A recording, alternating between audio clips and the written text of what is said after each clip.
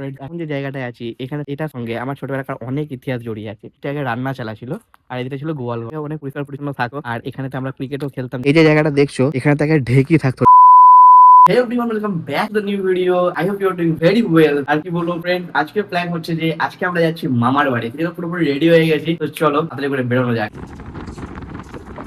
Friend, আমরা পৌঁছে গেছি মামার বাড়িতে। আর এই মাত্র নাস্তা পানিও করা হয়ে গেছে। তো এখানে অনেক কিছু ইতিহাস আছে আমার ছোটবেলাকার। আজকে তোমাদেরকে দেখাবো কিছু জিনিস আর সেই ইতিহাস তোমাদেরকে শোনাবো। ফ্রেন্ডস, আমার পিছনে যেটা দেখতে পাচ্ছ যে জঙ্গলের মতো পরিবেশটা, এটা হচ্ছে আমার মামাদের বাগান। এখানে তো অনেক ধরনের গাছ লাগানোকে দেখতে পাচ্ছ। এখানটাকে অনেক পরিষ্কার পরিচ্ছন্ন থাকো আর এখানেতে আমরা ক্রিকেটও খেলতাম। যেমন ছোটবেলায় এখানে আসতাম, ক্রিকেট খেলতাম। বাট এখন তো এটা বন জঙ্গল হয়ে গেছে। দেখছো এখানে তো আগে একটা হলুদ ওটার কল থাকতো, মেশিন লাগাতো, এখানে কাঁচা হলুদ তৈরি করা হতো। এই যে জায়গাটা দেখছো এখানে তো আগে ঢেকি থাকতো। ঢেকি আমার মামাদের নিজেদের ঢেকি ছিল। তো এখানে ঢেকিতে আগে তোমার ওই আটা কোটা হতো, ঢেকিতে চাল কোটা হতো আগে। এখানে এই সামনে যে গাছপালা গুলো দেখতে পাচ্ছ এগুলো আমাদের মামাদেরই বাগান। আর এখানে অনেক গাছপালা আছে, আরো অনেক গাছপালা আছে, কলা গাছ টোলা গাছ। এদিকে যে বড় বড় গাছগুলো সব মামাদের গাছ আছে। এর পিছনে জমিও আছে আর ওখান থেকে ট্রেড লাইনও দেখা যায়। বাট এখন ওদিকে যাবো না, অত সময় নেই। তো ফ্রেন্ডস, এখন যে জায়গাটায় আছি এখানে এটার সঙ্গে আমার ছোটবেলাকার অনেক ইতিহাস জড়িয়ে আছে। যেমন এই সাইডটা যেটা আছে এই দিকটা আগে রান্না চালা ছিল আর এদিকে ছিল গোয়ালঘর। এটা এখনো গোয়ালঘর আছে, মামা গরু পুষেছে। চলো ভেতরটা যে দেখাই গোয়ালঘরটা তোমাদেরকে। দেখতেই পাচ্ছ এখানে আগে দেখতে পাচ্ছ কত ডাবা টাইপের করা আছে। এখানে আগে অনেক গরু থাকতো,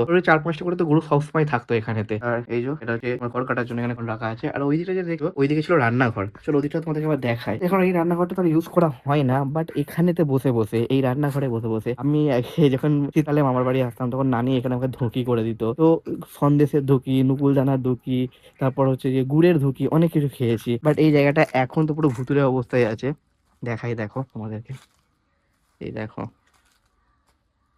এইখানে আগে রান্না চালাছিল এই ঘরটার ভেতরে। এখন এটা তো পুরো অবস্থা খুবই খারাপ, এই ঘরটা বন্ধ হয়ে পড়ে আছে।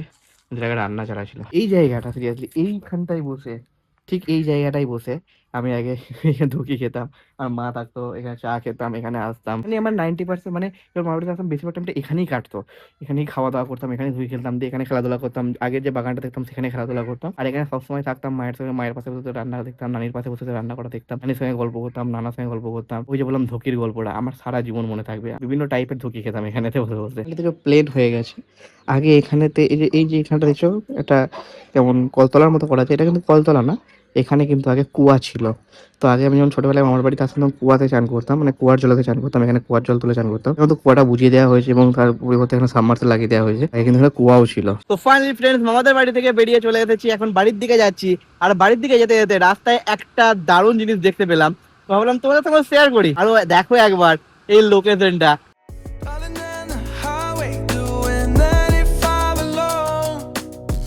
ফ্রেন্ডস দেখো ড্যামটা কত উপরে আছে, ওইদিকে খালটা অনেক উপরে আছে।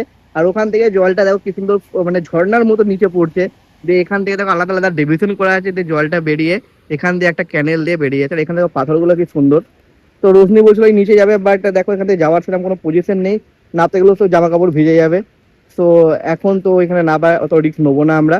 আর দেখো লোকেশনটা just wow, just wow. Friends, আমরা তো এখন বাড়ি থেকে রওনা দিয়ে দিচ্ছি ওই জায়গাটা থেকেও। আর ওই জায়গাটা পেরিয়ে আসতে না আসতেই আমাদের সামনে চোখে পড়েছে আরো খতরনাক। দেখতে পাচ্ছ রাস্তাটা পুরো সোজা আর পুরো ফাঁকা। আর সাইডে কি আছে জানো? দেখো এটা কোনো খেলার মাঠ বা অন্য কিছু নয়। সাইডে আছে পুরো দামোদর, যেটা পুরো গ্রিনারিতে ভর্তি। আর এখানে সূর্যটা অস্ত হয়েছে। দেখো কি লুক লাগছে ভাই, অসাম লাগছে এখান থেকে।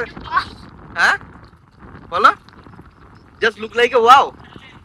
দেখো জাস্ট দেখো, মনে হচ্ছে কোথায় আছি আমরা এখন। আমরা এখন মানে একটা স্বর্গে আছি মনে হচ্ছে, এমন একটা পরিস্থিতি। জাস্ট ওয়াও লাগছে। এরকম কোনো জায়গার উপর মানে পুরো এক্সপেরিমেন্ট একটা ব্লগের বা এরকম জায়গাকে কাছ থেকে দেখানোর, তাহলে অবশ্যই কমেন্ট করবে। আমরা এরকম জায়গা খুঁজবো এবং সেখানে যে ব্লগ অবশ্যই বানাবো। তাড়াতাড়ি করে এখন বাড়ি থেকে রওনা দিই, চলো।